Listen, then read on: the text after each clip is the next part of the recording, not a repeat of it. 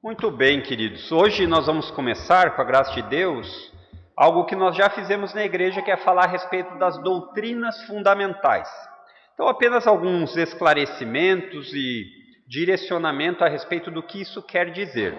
Doutrinas fundamentais, como o nome já diz, são aqueles ensinamentos que são a base do cristianismo. Uma pessoa que não entende as doutrinas fundamentais, ela facilmente pode ser ludibriada por doutrinas. É o que o apóstolo Paulo fala a respeito de não sermos como crianças levados por qualquer vento de doutrina. A ideia é, o que está na moda hoje é isso? Então vamos lá. O que está nesse momento mais em alta? Então, quando um crente ele se aprofunda nas doutrinas fundamentais que são vindas da Bíblia, ele começa a criar maturidade e sabedoria. Com isso, tendo dito isso, é importante lembrarmos algumas coisas. Primeiro, isso talvez não seja novidade para a maior parte, né? As doutrinas fundamentais, ou não deveria ser. Mas, por outro lado, é algo que nós com frequência precisamos estar relembrando, e sempre existe algo novo que nós aprendemos ou que relembramos, né? Então é a famosa amnésia santa. O Senhor coloca em nós esse tipo de debilidade para que a gente sempre precise estar buscando a Ele. Então não existe crente que possa dizer eu já sei tudo e não preciso continuar aprendendo. Quando a gente fala, irmãos, em doutrinas fundamentais, talvez você pense nisso e queira entender o que quer dizer. É uma coisa nova? Não é. A ideia das doutrinas fundamentais é o que nós chamamos também de teologia sistemática. O que é isso? Teologia é a ideia de estudar Deus.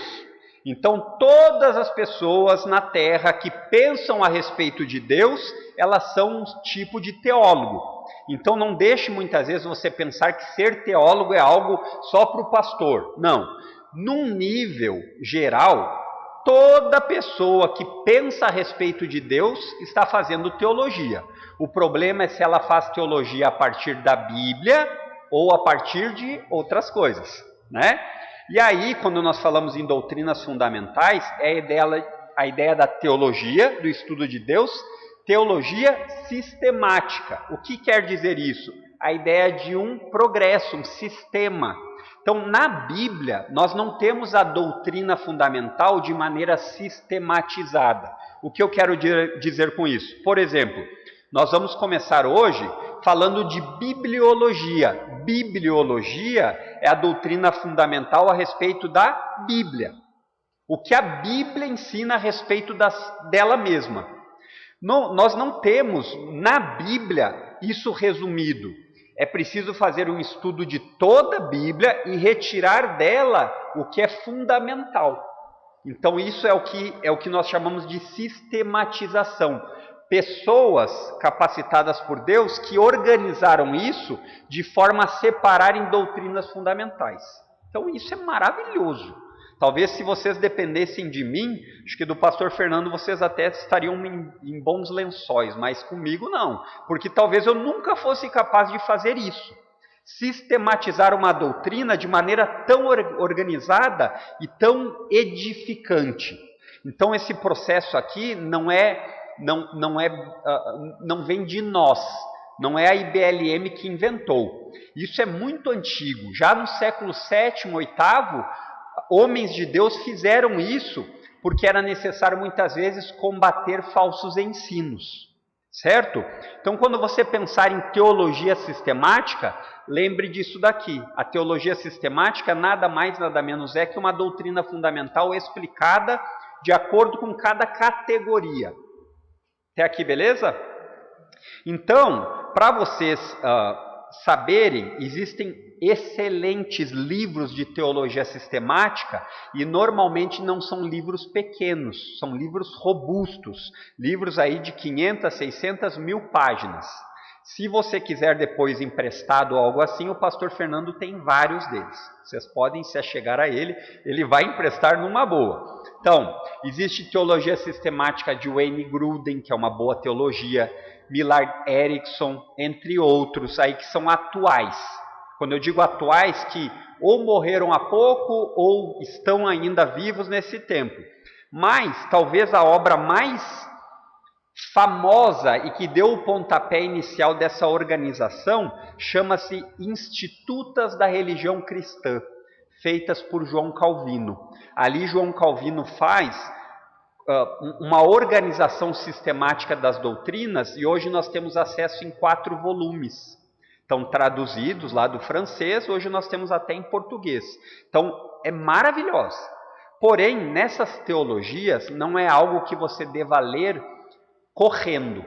Por quê? Você precisa ler, parar para pensar, ir nos textos bíblicos que estão dando a base, e dessa forma você vai ser edificado. O nosso propósito aqui é um pouco mais humilde, ou bem mais humilde. Por quê? Será um panorama geral dessas doutrinas fundamentais, mas muito longe de ser exaustivo. Ou seja, nós não vamos abordar todas as nuances disso, porque é muito demorado. Pastor Fernando recém terminou aí com vários de vocês o curso de teologia básico, onde vocês abordaram de maneira mais profunda isso que nós vamos falar. Beleza? Até aqui tranquilo? Então é essa a ideia, irmãos. A ideia das doutrinas fundamentais que nos guiarão a sabermos o que não pode ser negociado. Ok? Então, essa primeira doutrina fundamental aí, que chama bibliologia, como o nome diz, ela fala a respeito da Bíblia, das Sagradas Escrituras. Por que nós começamos na bibliologia? Eu vou fazer uma leitura aqui de João Calvino, que vem da Instituta, que é essa teologia sistemática dele. E eu acho que resume bem a importância de começar por essa doutrina.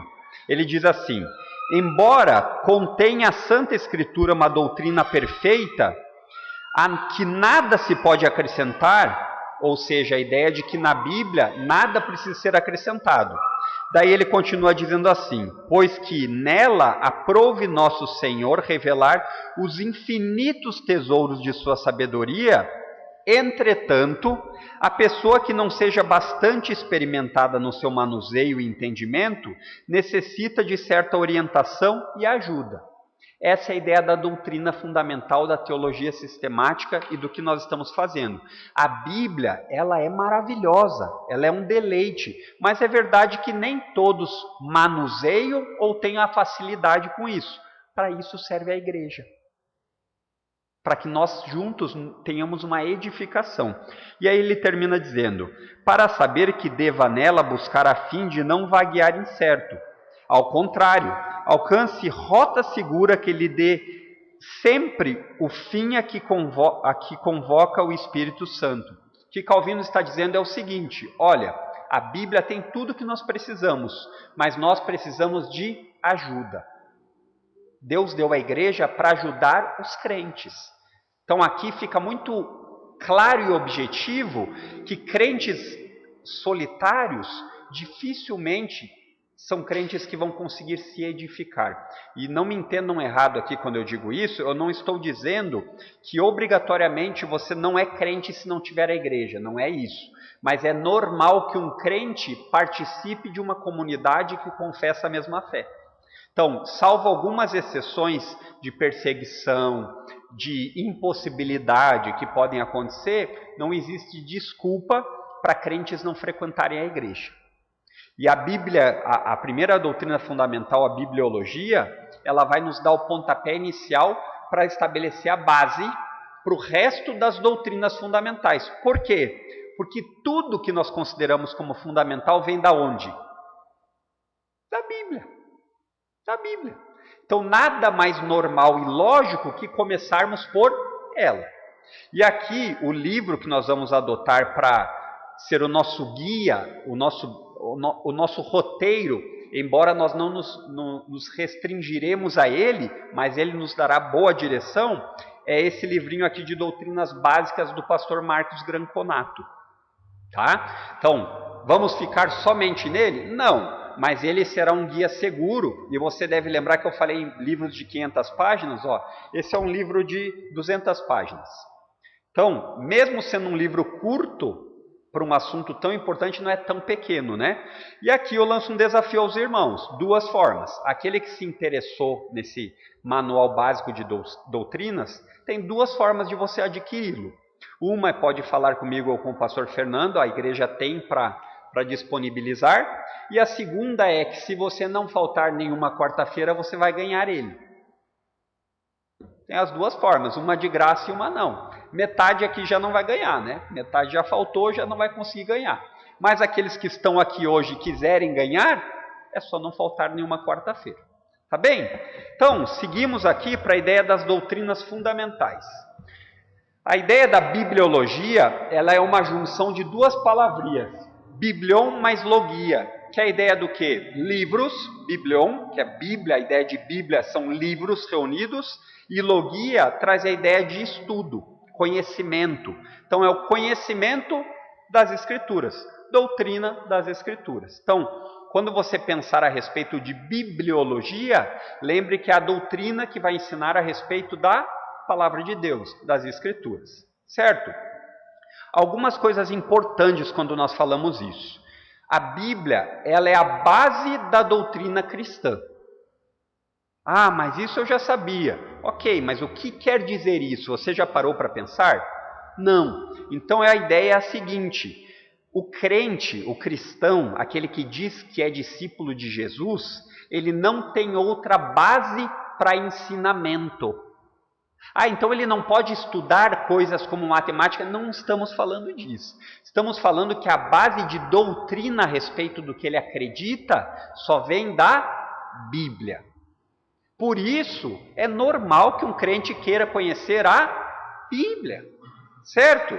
Então é importante lembrar isso, que se o conceito fundamentado sobre a Bíblia for distorcido, o que vai acontecer? Todas as outras doutrinas caem como já brincou de dominó, que você derruba um dominó e eles vão caindo? É a mesma ideia. Se o conceito sobre a Bíblia for torto, for falho, as outras doutrinas que nós vamos falar a respeito de Deus, a respeito de pecado, a respeito de Jesus, a respeito dos anjos, todas as outras doutrinas, elas vão ficar comprometidas. Por quê? Porque a base foi comprometida. Por isso que a Bíblia é tão importante. Então, a Bíblia é a base da doutrina cristã. A segunda coisa importante que você precisa lembrar é que a Bíblia, ela está intimamente ligada à doutrina da vida diária. A ideia de que você crê na Bíblia, o resultado é que a sua vida seja um espelho do que você crê. Essa é a ideia dos cristãos. Então, muitas vezes as pessoas, elas fazem coisas como assim: eu creio na Bíblia, mas a vida é uma contradição do que a Bíblia ensina. Então, de fato, ela não crê na Bíblia, ela tem no máximo algum tipo de respeito. E isso todos, a maioria tem, né? Muitos veem a Bíblia como um livro super espiritual, no sentido que deixar ela aberta num determinado texto ou coisa assim, emana algum tipo de poder, né? Isso é misticismo. A Bíblia não fala para nós tratarmos ela dessa forma. Ela é um livro, sim, e um livro precisa ser conhecido, né? Não existe nenhum tipo de misticismo no seguinte sentido, que você deixa a Bíblia aberta e você vai aprender sobre ela. Não existe. É verdade que nós cremos, e a própria Bíblia afirma que ela é a palavra de Deus. Neste sentido, ela se torna a base da doutrina cristã. Então, ela é a palavra de Deus, por isso ela é a base da nossa vida. Porém, se eu não conhecer o que diz, a base nunca vai estar sólida. É simples, né? É muito lógico isso. Então, é importante que lembre que quando a gente fala a respeito da Bíblia, e esse foi um dos lemas da Reforma Protestante, a seguinte máxima é a verdade. Só que é importante que você não apenas saiba essa máxima, mas você tenha entendido. A Bíblia é a base para que o cristão crê e vive. Uma outra frase que você já tenha talvez usado: a Bíblia é a regra para a prática e para a fé. Ou seja, é a Bíblia que estabelece o que nós cremos e a partir disso como nós vivemos. Isso é importante. Então, mas eu pensava que eu poderia ter um relacionamento amoroso do jeito que eu gosto. Muito bem, a Bíblia apresenta um padrão. Aí chega um momento em que a Bíblia vai continuar sendo seu padrão de prática ou não, né? Olha que interessante isso. Por quê? Porque ninguém que se considera cristão negaria isso. Você acredita que a Bíblia é sua regra de fé e de prática? Claro que eu acredito. Aí quando entra um assunto polêmico e existem diversos, a Bíblia fica de lado.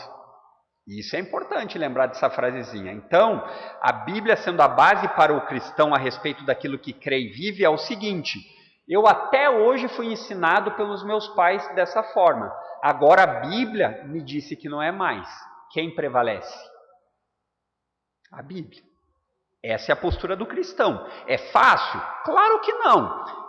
Às vezes vai ser doloroso, na maior parte. Não é indolor. Né? Não é o crescimento na maturidade cristã não é um crescimento indolor, é um crescimento doloroso. Mas a grande vantagem disso é que você não está sozinho. Deus vai lhe dando a capacitação para você progredir. Até aqui, beleza? Tranquilo? Então, conceitos a respeito da bibliologia importantes. Vamos começar hoje, eu acho que vamos parar por aqui quando falarmos.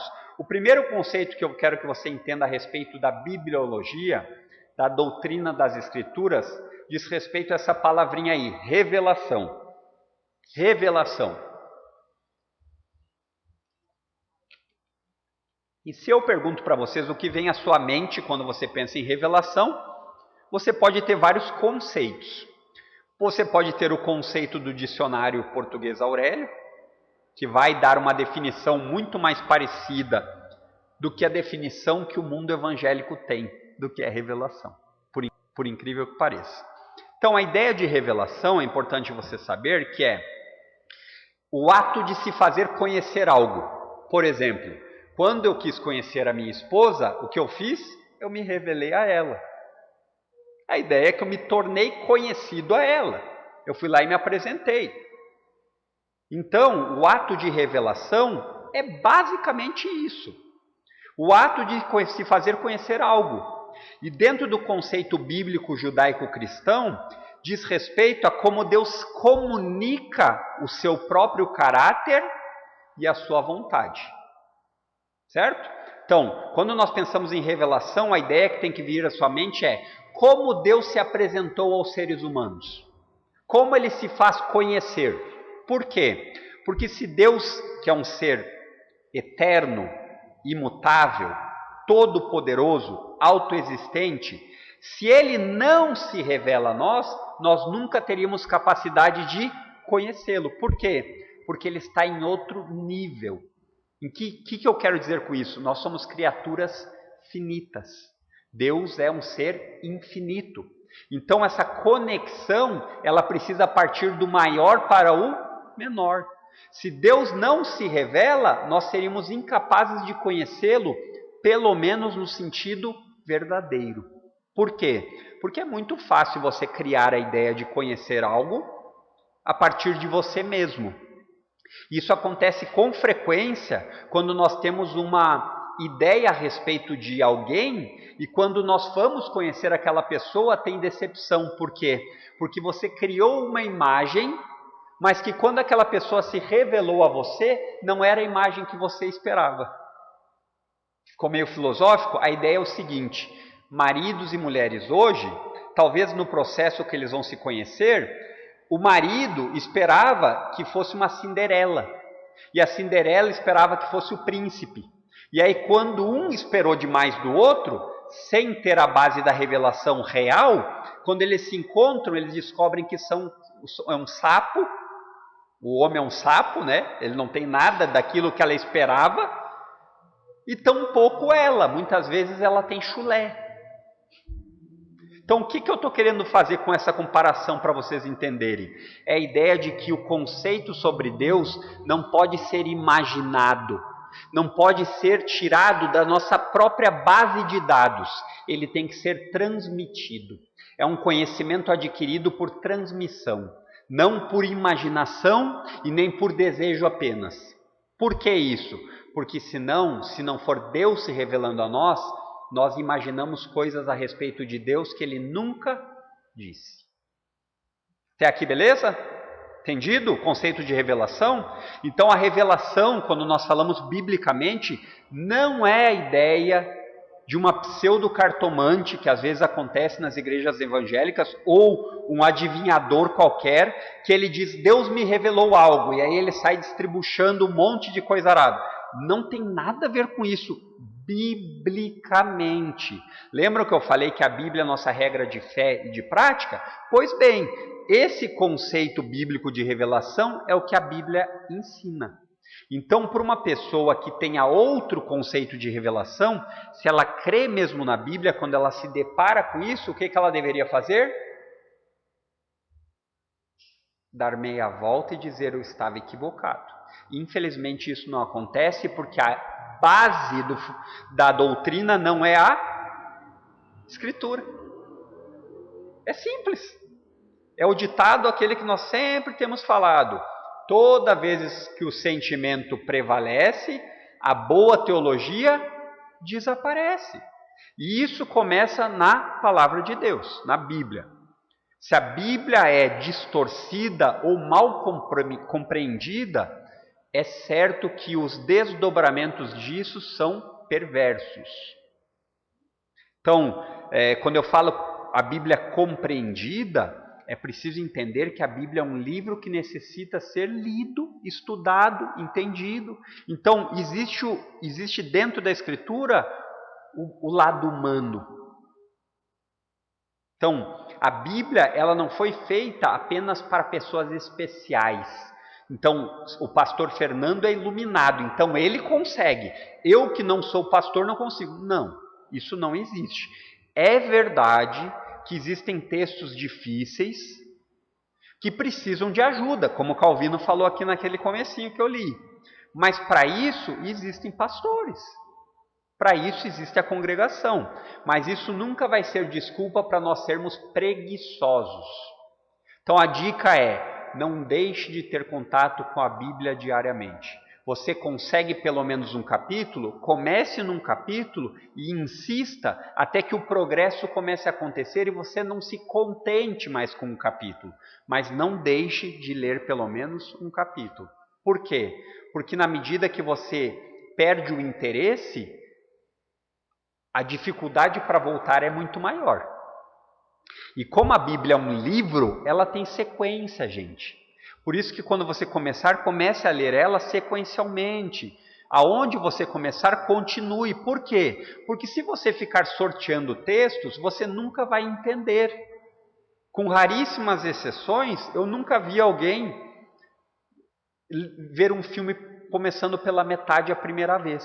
Ele não entende, né? Eu sei que tem algumas pessoas que até gostam, mas de maneira geral não é a realidade. Ok? Então, o primeiro conceito a respeito das Escrituras é a ideia de revelação. Se Deus não se revela, se faz conhecer, nós nunca conheceríamos a Ele e o seu caráter. E dentro disso, na teologia, a ideia da revelação é dividida em dois aspectos. Uma revelação geral e uma revelação especial. Lembre-se da ideia de revelação é se fazer conhecer. Então aqui poderia substituir Deus se faz conhecer de uma forma geral e Deus se faz conhecer de uma forma especial. Aqui vai tirar a ideia que às vezes a nossa mente fica tentando achar a ideia de uma coisa aqui extremamente sobrenatural na palavra revelação. Né? Revelação, não. A ideia é que é como Deus se fez conhecer. A Bíblia descreve duas formas, pelo menos. Revelação geral e revelação especial. Alguém já escutou esse conceito? Esses conceitos? Já, né? Grande maioria. Inclusive no domingo do culto infantil, foi exatamente por esse princípio aqui que as crianças começaram a ser ensinadas. Revelação. Por quê? Porque precisam entender que a fé que eles têm é uma fé entendível.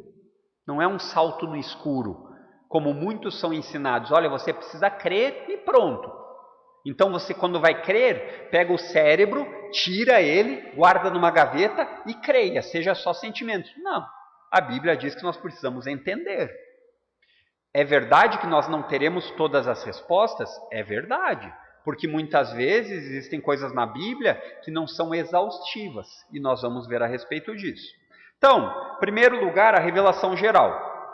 Como o nomezinho diz, é geral no sentido que é uma coisa mais ampla, certo? Então, quando nós falamos no conceito geral de revelação geral, é o testemunho que Deus dá de si mesmo, ou seja, Deus se faz conhecer, e a Bíblia nos traz dentro desse conceito de revelação geral, pelo menos 3 características. A primeira é por meio da criação, daquilo que Deus fez. A segunda é por meio da providência na história, a maneira como Deus continuamente controla as coisas a não saírem do jeito que Ele não quer. Isso é providência, o nome providência nós vamos falar mais para frente, mas a ideia de providência é o controle de Deus. Deus, o Deus bíblico, ele não é uma pessoa que deu corda no relógio, como um relojoeiro, e deixou o relógio a seu bel prazer, dizendo assim, até que acabe a pilha fica, depois se vire. Não, Deus age continuamente e ativamente na sua criação. É por isso que nós crentes podemos confiar, que nada escapa do controle do Senhor. Mesmo naquele dia cinzento em que você está triste, sofrendo pelos mais diversos motivos, você pode olhar e dizer assim, a Bíblia me afirma que Deus continua no controle. E por Ele estar no controle e ser o meu Pai, eu posso saber que minha vida não está ao acaso. A minha vida está exatamente onde deveria, porque o Senhor continua me cuidando. Isso dá muito alívio. E por fim, na consciência humana. Então, revelação geral. Na criação, ela pode ser vista. Na providência da história. A providência na história, nós vamos, se você ainda não entendeu o que quer dizer isso, nós vamos ler um texto que vai deixar mais claro. E na consciência humana. A ideia de certo e errado. Todos têm. Então, na criação, abra aí sua Bíblia em Romanos, capítulo 1. Irmãos, como costume, a gente sempre usa a NVT nas quartas-feiras. Então, se você pode ter a NVT, vai ficar mais fácil de acompanhar. Se não, não há problema. Você vai também poder acompanhar bem.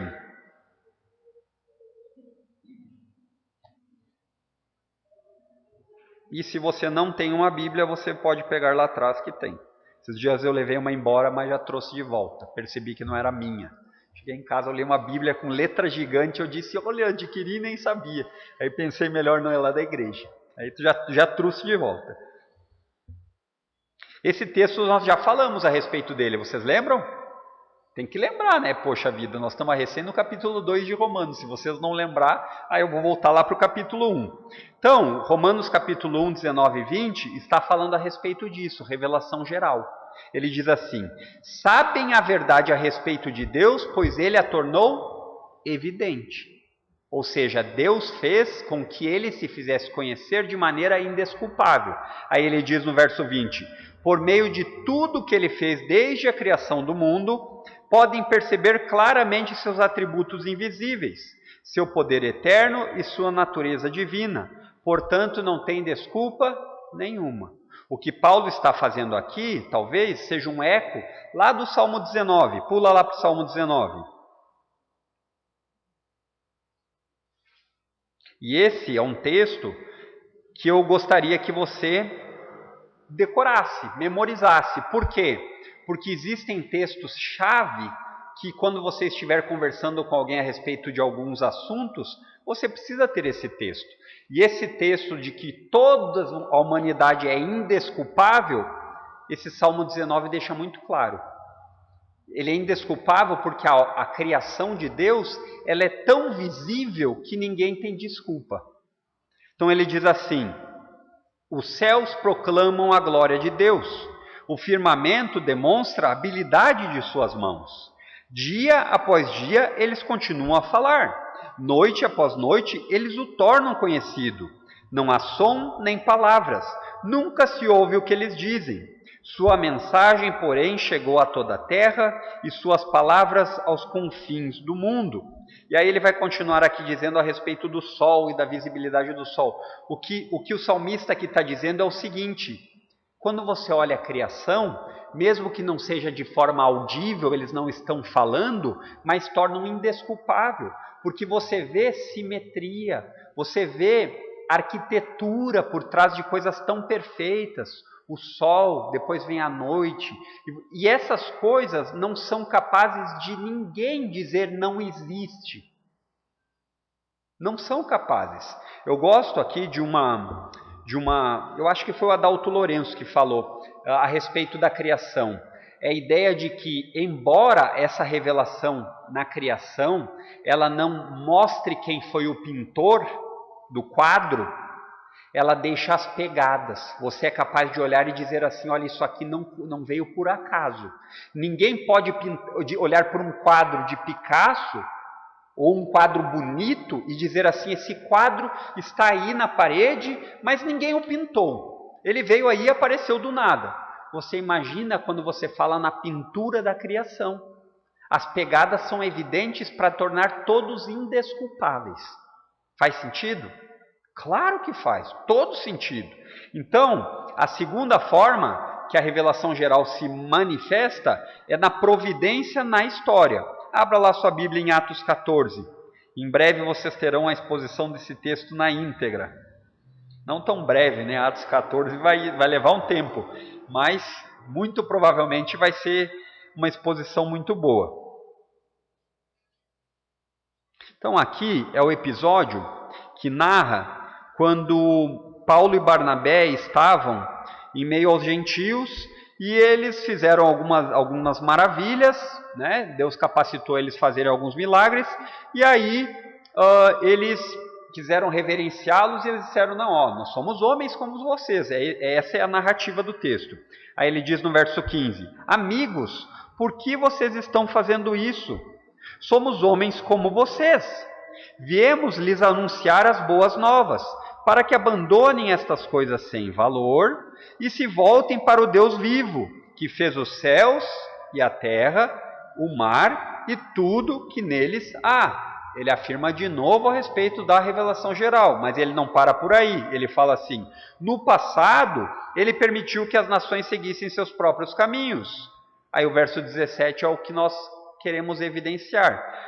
Mas nunca as deixou sem evidências de sua existência e de sua bondade. Ou seja, Deus sempre, por meio do cuidado com a criação, era um testemunho vivo. E aí ele diz assim: ele lhes concede chuvas e boas colheitas, e também alimento e um coração alegre. Então, a ideia aqui dessa narrativa é qual? É descrever que Deus traz um tipo de bondade até mesmo naqueles que não o amam. A chuva não cai sobre justos e injustos? Cai. Nós não temos meios de graça comum de Deus, por meio até de medicamentos e tudo mais? Temos. Então, a providência na história, ela é um testemunho de que Deus existe. O problema é que, nós vamos falar a respeito disso, essas revelações gerais, elas não têm a capacidade de salvar ninguém, mas a intenção delas é tornar indesculpável. Ninguém tem desculpa. Olha, mas você não vê a chuva caindo? Vejo. Essa não tem desculpa. Aí talvez se você falasse com uma pessoa mais inteligente, ela diria assim: mas hoje nós sabemos que a chuva não vem dos deuses, que a chuva não... é um processo que evapora, depois junta-se lá em cima na nuvem e cai de novo. Ok, cara pálida, mas e esse processo, quem instituiu uma regra tão verdadeira e que respeita sempre uma regra? Deus é um Deus de ordem. As ordens que existem nas leis de física e tudo mais deveriam apontar correndo para Deus. Um estudioso, ele deveria olhar essas coisas e dizer assim: tanta simetria, tanta matemática, tanta lógica racional, é obrigatório que tenha alguém por trás disso. Mas isso infelizmente não acontece. E por fim, esse texto nós vamos chegar lá, se Deus quiser, em breve. Abra aí em Romanos capítulo 2, os versos 14 e 15.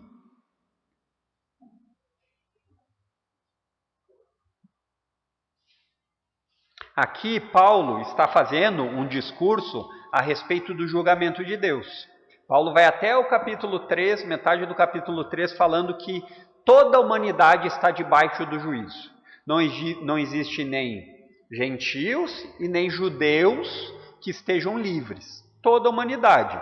E agora Paulo vai falar a respeito disso com os judeus, dizendo que os judeus não são desculpáveis também porque eles têm a lei de Moisés. Não. Ter a lei e não obedecê-la de nada vale. Aí agora ele vai dizer assim no verso 14 e 15. Até mesmo os gentios que não têm a lei escrita, quando obedecem ela instintivamente, qual a ideia de instintivamente aqui? É a ideia de consciência. É a ideia de que alguém faz o que é certo ou não faz o que é certo. Então, os seres humanos sabem instintivamente ou por causa da consciência o que é certo e o que não é, né? Então a gente fica às vezes pensando, mas isso é cultural. Existem limites para ser cultural, mas ninguém diria em sã consciência que matar outro ser humano é normal. Diria? Não diria. Mesmo aqueles que praticam esses atos.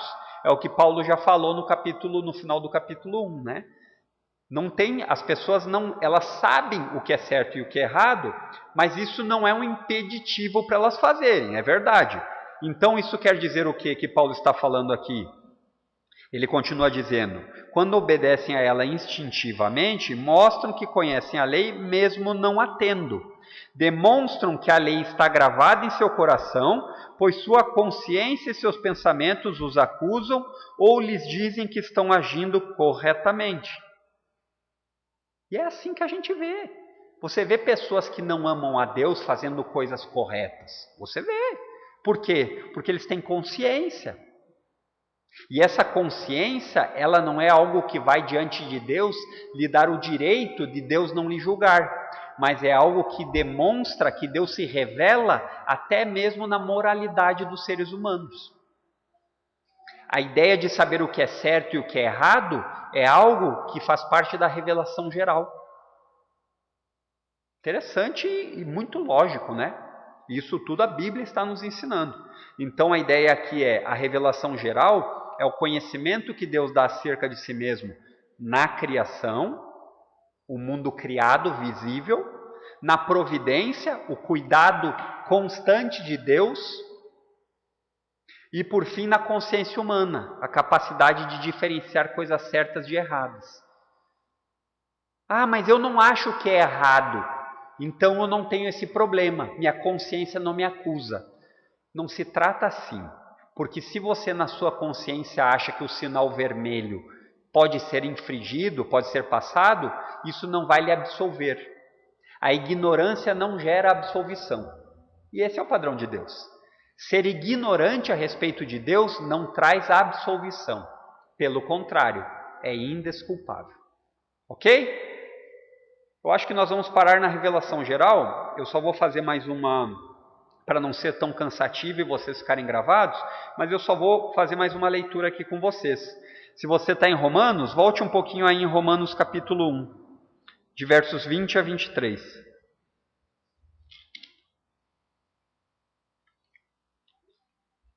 Nós lemos esse texto já, né? Mas agora nós vamos ler ele. Não, nós lemos um pouquinho antes, né? Esse texto nós não lemos hoje. Ele diz assim: por meio de tudo que ele fez desde a criação do mundo, podem perceber claramente seus atributos invisíveis, seu poder eterno e sua natureza divina. Portanto, não tem desculpa alguma.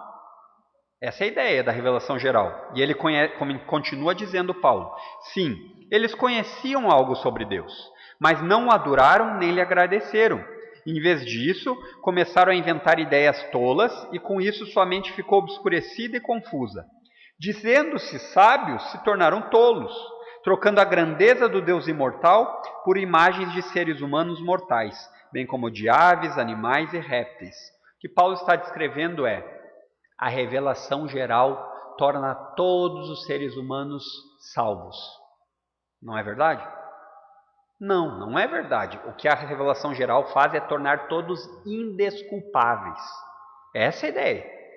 A revelação geral salva alguém? Não. Nós vamos falar isso no próximo capítulo. Mas a revelação geral, ela torna todos indesculpáveis. Por quê? Porque as evidências de Deus estão em todos os lugares. Se você não quer olhar para a criação, você tem a ideia do cuidado de Deus de não deixar as coisas descarrilharem dos trilhos de uma vez por todas. Mas se você não quer enxergar isso, você tem na sua própria consciência algo que você não pode negar. E se você negar insistentemente, a sua própria consciência é o que lhe trará a condenação lá no dia do juízo. É isso que a Bíblia afirma. A própria consciência, ela vai ser o acusador, dizer assim: você escutou tantas vezes a respeito disso, não tem desculpa. Porque parece que pode ser que ainda exista algum ser humano, nós somos campeões nisso, de arranjar desculpas, né? Então a gente com frequência diz assim: eu não sabia. Mas você não viu que o chão estava molhado? Você caiu e o chão estava... Eu não sabia que estava molhado. Não viu a poça de água? Eu não sabia. Muito bem. Então, se você não sabia a respeito de Deus, chegará um dia que a própria consciência vai lhe acusar. Paramos aqui? Acho que fica bom, fica de uma forma bem gravada. Alguma pergunta a respeito da revelação geral? Aproveitem, pessoal. Essas aqui são fáceis de responder, né? Nenhuma? Então, graças a Deus por isso. Que Deus nos ajude a entender, amá-lo, conhecê-lo. E até domingo, se Deus quiser.